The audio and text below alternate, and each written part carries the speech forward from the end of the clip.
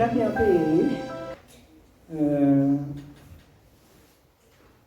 අපේ මේ බලාපොරොත්තු වෙන නිවන් දකින වැඩපිළිවෙල සිද්ධ කරගන්න මේ එක ක්‍රමයක් භාග්‍යවතුන් වහන්සේ දේශනා කරනවා.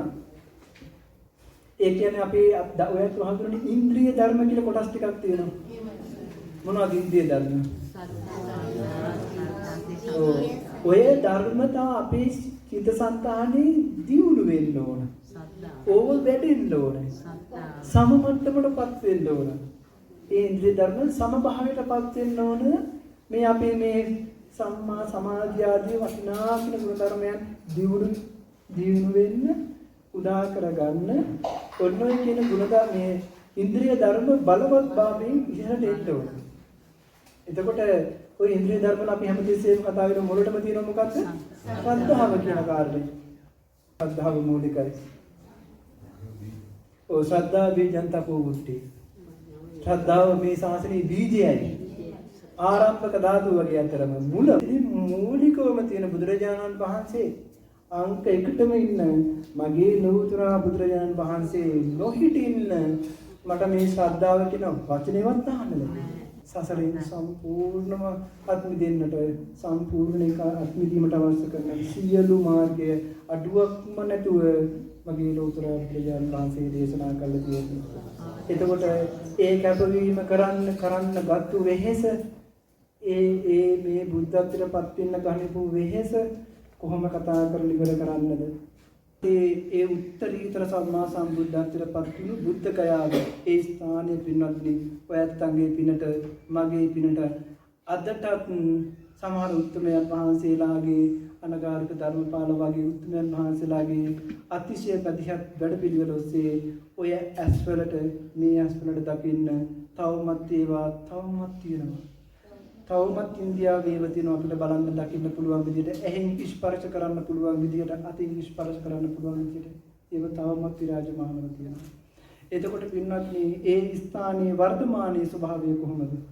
ඒ බුද්ධත්වයට පත්වූ ස්ථානයේ වජ්‍රාසනයම සම්බන්ධ කරගනිමින් ඒ වජ්‍රාසනයට අදාළම කොටසක ලෞතර බුදුරජාණන් වහන්සේගේ ජීවමානවම රූපය වගේ හරියට ජීවමානවම රූපය වගේ දෙවියන්ගේ නැතිහත් වීමෙන්ම නිර්මිත වූ ඒ බුදුරජාණන් වහන්සේගේ ඒ උත්තම වූ ශ්‍රී ශරීරය වගේම ශරීරයක් මේ වෙනකොට දෙවිවරුන්ගේ මැදිහත් වීමෙන් හරි ගස්සලා තියෙනවා. එයාත් කොට වලින් දැකලා තියෙනවා. දැන් දිව වන්දනා කරපු අය දැකලා තියෙනවා. එතකොට වැඩ ඉන්නේ එතන පින්වත්නි ලෞතර බුදුරජාණන් වහන්සේ කියන සංඥාව එතෙන්ට යන ඕනම කෙනෙකුට දැනෙනවා. ජීවමාන මගේ ලෞතර බුදුරජාණන් වහන්සේ වැඩ ඉන්නවා කියන සංඥාව එතෙන්ට යන ඕන කෙනෙකුට දැනෙනවා. එතකොට ඒ බුදුරජාණන් වහන්සේට පින්වත්නි ඔයත් හිතන්න ඔයත්න්ට ලෞතර බුදුරජාණන් වහන්සේ වැඩ ඉන්නකොට සුගත ජීවරයක් පුරවන්න කියලා මහලා ගිහිල්ලා පූජා කරන්නේ නැත්තම් උන්වහන්සේට පුරවන්න කි ස්වාමීනි භාග්‍යතුන් වහන්සේ මම සුගත ජීවරයක් සූදානම් කරා. ඒ ඔබ වහන්සේ මහා කිරිය අනුකම්පාවෙන් පිළි අරගෙන පුරවන සේක්වා කියලා එහෙම වැඩ පිළිවෙලක් ඔයත්න්ට කරගන්න නැත්තම් පින්වත්නි ඒ වගේම සංඥාවෙන් ඒ වැඩ පිළිවෙල කරන්න පුළුවන් තවමත් ඒ ස්ථානේ ඒ ජීවමාන බුදුරජාණන් වහන්සේ වැඩ ඉන්නවා කියන සංඥාවෙන් වැඩ පිළිවෙල කරන්න පුළුවන් ස්වභාවය තාම මෙතන තියෙනවා. එතකොට ඒ වගේ වැඩ පිළිවෙලක් පින්වත් සාමිනාසලා විසින් සිදු කරා. ඒ සුගත ජීවර ඒ උතුම් පිළිම වහන්සේට එහෙම නැත්නම් ජීවමාන භාග්‍යවතුන් වහන්සේ කියන සංඥාවෙන් ඒව පූජා කරන්නට යෙදුණා.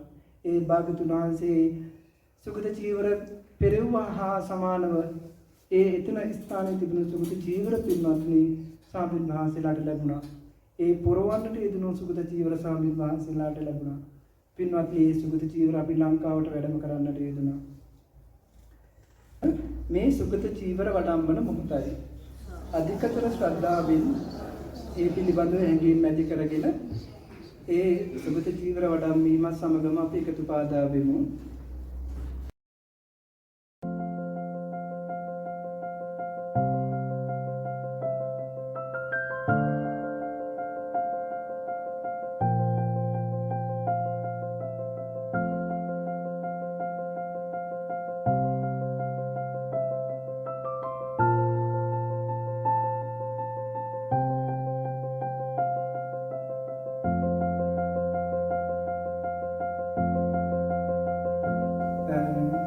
මහනුවර තුන්දිය ඇති වුණු අවස්ථාව.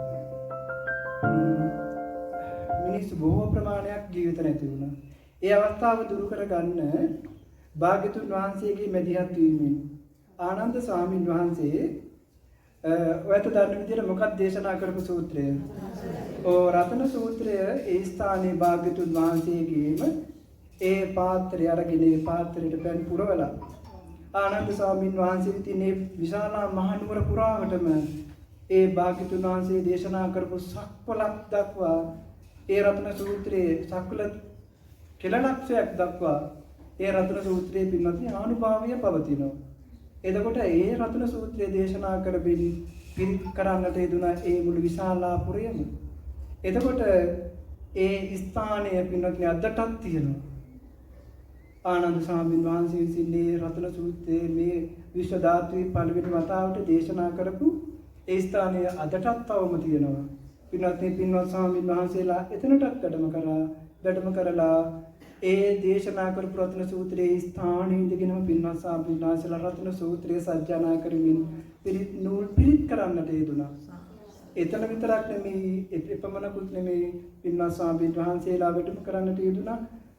මේ විශ්ව ධාතුවට කල්ප කෝටි ප්‍රකෝටි ගානක් තිස්සේ පෙරම්දා පුරාගෙන ලෞතර බුදුරජාණන් වහන්සේ නම පහළ වෙන්නේම ලෝක සත්වයා සසරෙන් මුදවන්න ධර්ම චක්‍රය මේ ලෝකේ පුරා පතුරවන්න.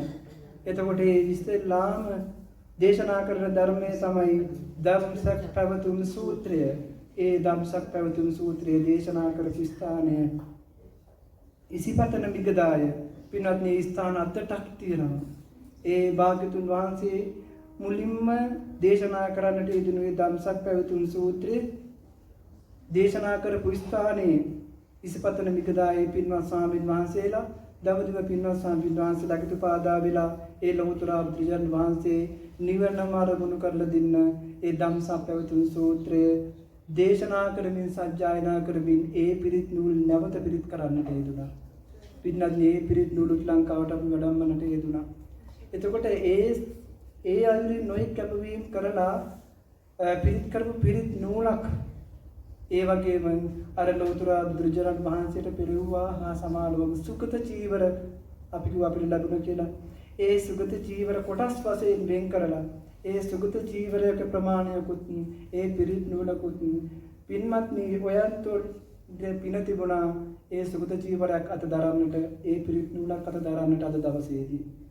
එතකොට ඒ සුගත චීවරයක් ඒ පිරිත් නූලක් ඔයන්තන්ට ලබා දෙන්නේ පින්වත්නි නැති ශ්‍රද්ධාව ඔය පැත්තේ උපදවා ගන්න. ඒ සුගත චීවරය ඒ පිරිත් නූල පින්වත්නි ඔයන්තන්ගේ බුද්ධ මන්දිරයේ ධාතු කරඬුවක් වඩම්මගෙන ධාතු කරඬුවෙන් තැන්පත් කරමින් මේ භාග්‍යතුන් වහන්සේ ප්‍රායෝගික තමන් විසින් පරිහරණය කරන ලද පාරිභෝගික වස්තුවක් වශයෙන් සැලකමින් මේ මගේ ලෞතර බුදුරජාණන් වහන්සේ පරිහරණය කරන ලද සුගත චීවරය කියන සංඥාව උපදවාගෙන පින්වත්නි බුද්ධ මන්දිරයේ ධාතු කරඬුවේ තැන්පත් කරගෙන වන්දනා කරන්නයි මේ වැත්තන්ට අද දවසේ අපි සාදු සාදු සාදු සාදු ඒ ශ්‍රද්ධාව ඒ හැඟීම මූලික කරගෙන පින්වත්නි වැත්තන්ට මේ ලබා දෙන සුගත චීවරය ඒ අයුරින්ම අතිශය ශ්‍රද්ධාවෙන් වඩම්මගෙන